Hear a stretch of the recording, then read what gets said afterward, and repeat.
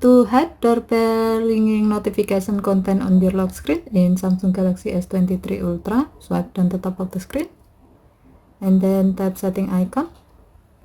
Scroll down the screen to find accessibility.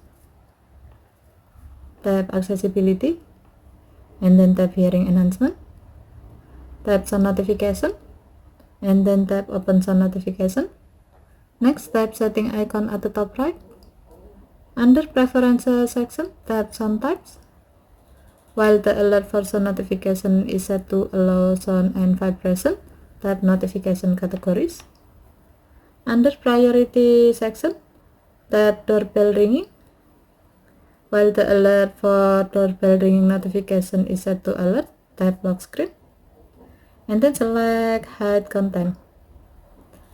When you choose this option, when the notification feature is on and it detects doorbell ringing, your phone will just show a notification on your lock screen to tell you that you have the notification from the sound notification.